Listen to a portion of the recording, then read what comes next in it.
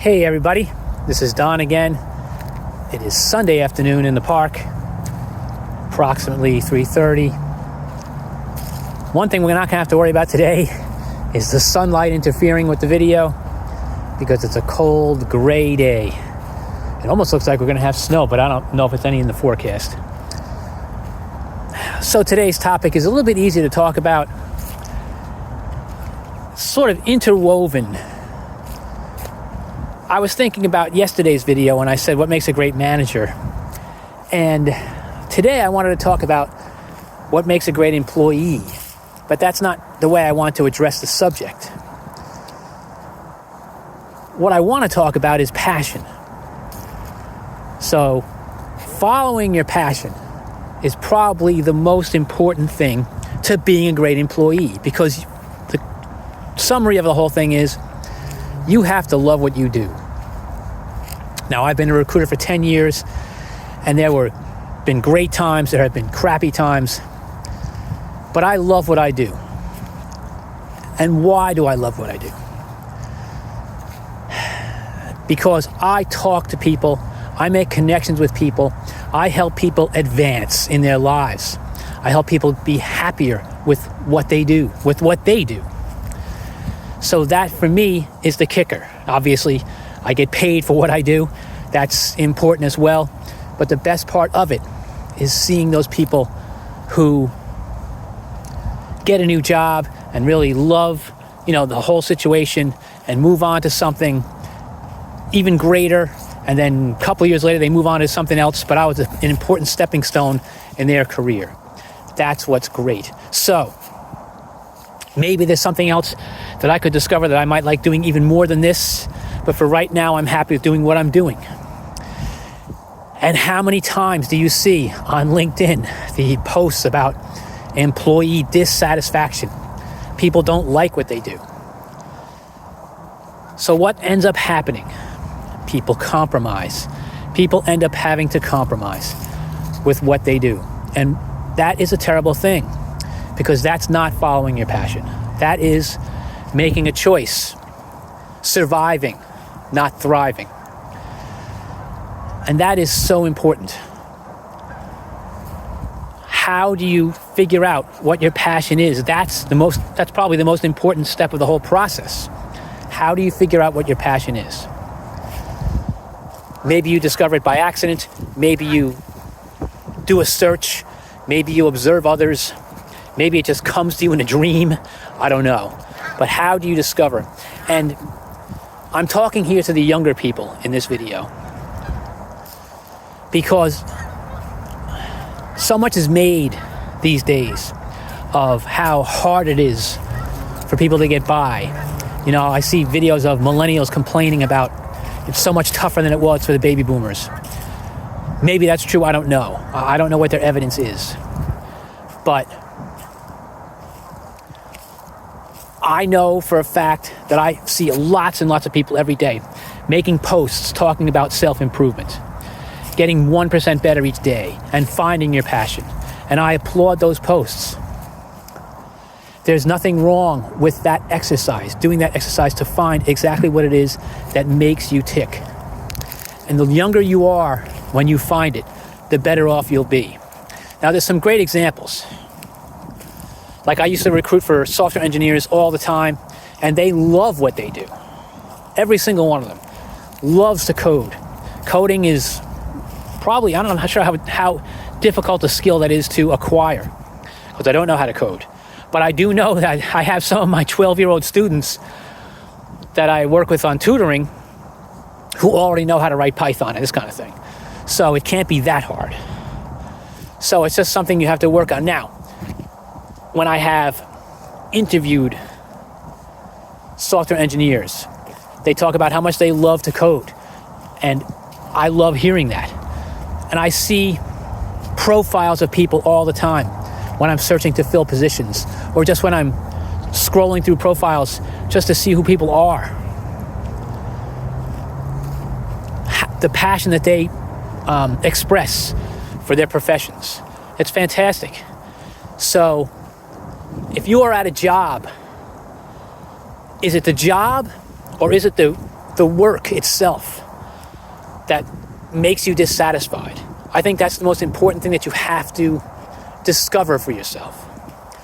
Maybe you, and how many also times have you seen people who go into professions after they come out of school and 5 years later they're doing something else? I look and see it's unfortunate. Some professions just aren't right for people. Some professions don't treat people right. Teachers are the first example I can think of. Teachers are treated so poorly in this country, and many of them leave their profession for something else. So I see teachers, going into new careers all the time. And I think that's a sad thing. And if you started out being very passionate about teaching and you get disillusioned by the circumstances of your position, then I feel bad for you. But at the same time, there is still something to be said for that journey. That journey should be rewarding. That journey should be a journey of self-discovery, self-improvement. Go out there and find what you want to do with your life. The younger you find out, the better off you are. And as your career advances, you will be given greater and greater responsibility. And I hope that you can embrace that responsibility. And I've met software engineers who were going to get promoted and said, no, I don't want to do that. I want to keep on coding. That's how much they love it. So, whoever you are, find that passion as early as you possibly can. And then, how do you become a great employee after that? When you find your passion, then you can become a great employee. And then you can become the kind of person that you envision yourself to be, making a contribution, okay? Your voice being heard, your opinions mattering. People saying, yes, this is the kind of person I want to listen to when I have a question, when there's a problem to be solved. Because that's how you make the right contribution. One of the videos that I watch with my candidates all the time is a video by a gentleman named Patrick Lencioni. And he talks about being humble, hungry, and smart. These are the 3 attributes that he seeks out in his employees. Great. Humility for me is the basis of everything. What is humility? In my definition, humility is the recognition of your own imperfections. Do you want to be humble or do you want to be arrogant? That's a real choice. If you choose humility, understatement, that is the basis for all of your self-development that comes afterwards. So humility is the basis. Then being hungry. What is hungry to me? It is intellectually curious or ambitious or both, right? You may have some great ambition that you want to achieve. You may want to know everything. I'm a geek. I'm a self-described proud geek. I want to know everything there is out there to know. I want to be able to pass that on to others. That's why I do this video. And that's also another point I wanted to make about passion. I know I'm diverging, but I wanted to make that point about passion. How do I feel after I make one of these videos? I get back in my car and I drive home and I'm like, yeah, I just did something cool, something I really love doing. I don't know how much money I'm ever going to make off of these videos, but I'm going to keep doing them because this is fun. And that's how work should feel. I remember Oprah saying a long time ago, 20 years ago, 25 years ago, saying, they don't even have to pay me for this. I love doing it so much. That's how you should feel about your work. And if you can't find that, if it's not in your present position, then keep looking for it. So back to the humble, hungry, and smart. As I said, hungry is intellectually curious or ambitious, okay? That hunger should be inside of you, okay? What is it you want to achieve? You see posts on LinkedIn every day getting 1% better. That's what I hope to do with my day, every day. And then there's smart, people smarts. People smarts would seem like a very relatively easy thing to do. But it's not for everybody. Not everybody is outgoing. Not everybody is eager to speak to people. And of course, the mistrust that is like the hallmark of society these days, it's very difficult to actually feel as if you can speak to someone. Now, in a professional situation, of course, people are expected to speak to each other, and people, some ways, are forced. How many meetings have I sat in before with a dozen people, and nobody opens their mouth? Nobody says a word. The moderator or the leader of the meeting says, okay, who has a question? Nobody says a thing. Most of the time, they're afraid to speak up because they're afraid their opinion might seem ridiculous, or the leader has set the parameters of the meeting in such a way that anybody who does speak up is seen as a troublemaker. So you don't want that kind of thing. So that's not the situation you should be in. If you feel that you have something to say, then say it. You could ask anybody I've ever worked with. I've always spoken up in meetings. Whatever I need to say is what I say. And that doesn't make me better than anybody else either. I'm just saying that's how I look at myself. I don't know how to shut up. I think when you have something to say, you should say it. And if some people think it's dumb, that's fine. And if you think this video is dumb, go ahead and tell me. As I said in episode 1, I don't care. This is who I am. This is what I'm doing. And I love this. This is a lot of fun. Even though it's 30 degrees and it's windy out here, not even the ducks are flying around. It's so cold.